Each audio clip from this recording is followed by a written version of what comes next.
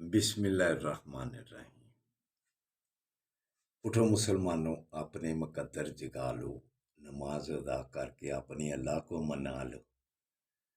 برخوردارو، اگر اللہ کو راضی کرنا ہے تو پھر اللہ کے آگے گردنیں جھکانی پڑیں گی، نوافل ادا کرنے پڑیں گے، فرائض ادا کرنے پڑیں گے۔ تو اللہ کے قریب ہونا ہے تو پھر نوافل کی کثرت کیا کرو۔ یہ سوچنے سے بعد رہو کہ یہ کہاں لکھے ہوئے ہیں نوافل۔ نوافل آپ جتنے بھی پڑھتے جائیں گے، اللہ کا ذکر کرتے جائیں گے، نوافل ادا کرتے جائیں گے، تو اللہ کے قریب ہوتے جائیں گے۔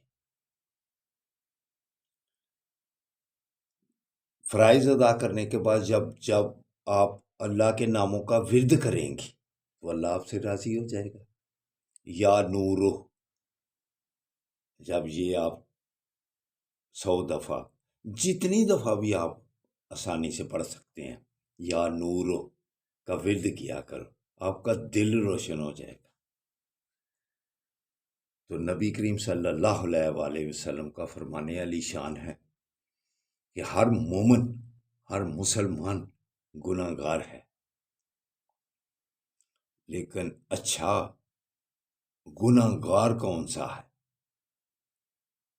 یہ نہیں فرمایا اچھا مومن یا اچھا مسلمان کون سا ہے، اچھا گناہ گار کون سا ہے۔ پھر بھی الفاظ اس کے ساتھ یہی گناہ گاری کے لگے کہ اچھا گناہ گار کون ہے؟ جو اپنے گناہوں کی معافی مانگتا رہے۔ دوستو، فرشتے اور نبیوں سے وہ گناہوں سے معصوم ہے۔ بندے کو جب وہ زندگی گزارتا ہے تو وہ نیکیوں کے ساتھ ساتھ اس سے گناہ بھی ہو جاتے ہیں۔ اس لیے نماز اللہ نے رکھی ہوئی ہے کہ جب رکوع میں جاتے ہیں تو ایک نماز سے دوسری نماز تک کے جو اس سے چھوٹے گناہ ہو جاتے ہیں وہ اللہ معاف کرتا جاتا ہے۔ دوستو، نماز اسی لیے اہم ہے کہ یہ آدمی کو جنت دلائے گی، جنت میں جگہ ملے گی اگر آپ اپنے گناہوں کی ساتھ ساتھ معافی مانگتے جائیں۔ ہم سے کچھ نہ کچھ سارے دن میں گناہ ہو جاتے ہیں، کبھی غیبت ہو جاتی ہے، کبھی آنکھوں سے کچھ غلط کام ہو جاتا ہے۔ تو نماز اسی لیے ہے کہ ہمارے گناہ ساتھ ساتھ معاف ہو جائیں۔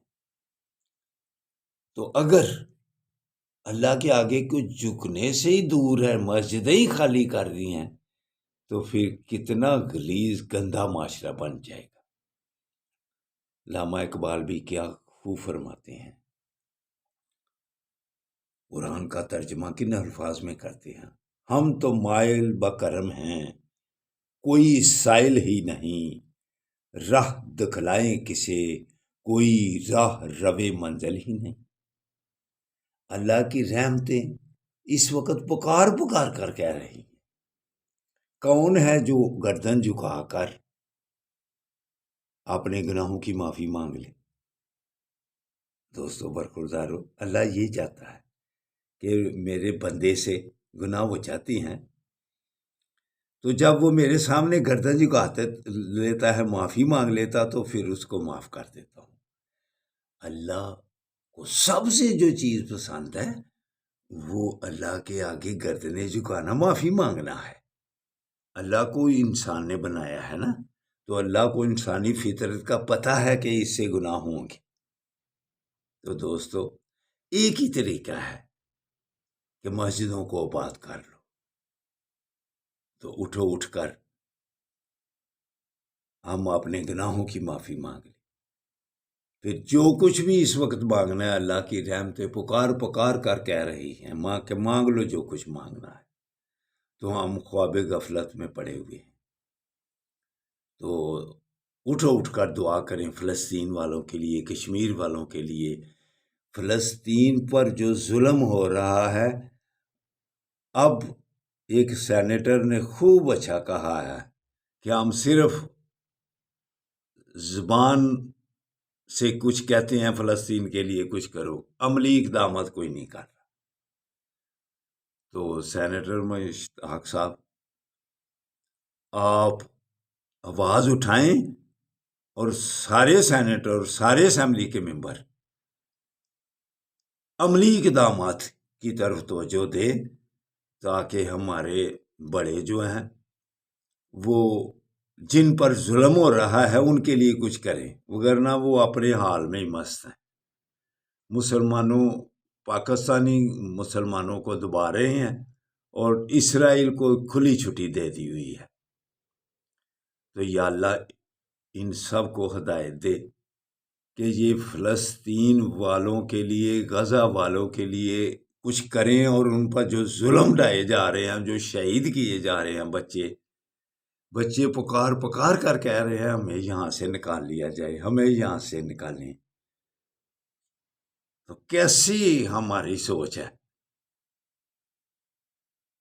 تو دوستو اٹھو، ان کے لیے دعا کرو اور اپنے لیے بھی دعا کرو۔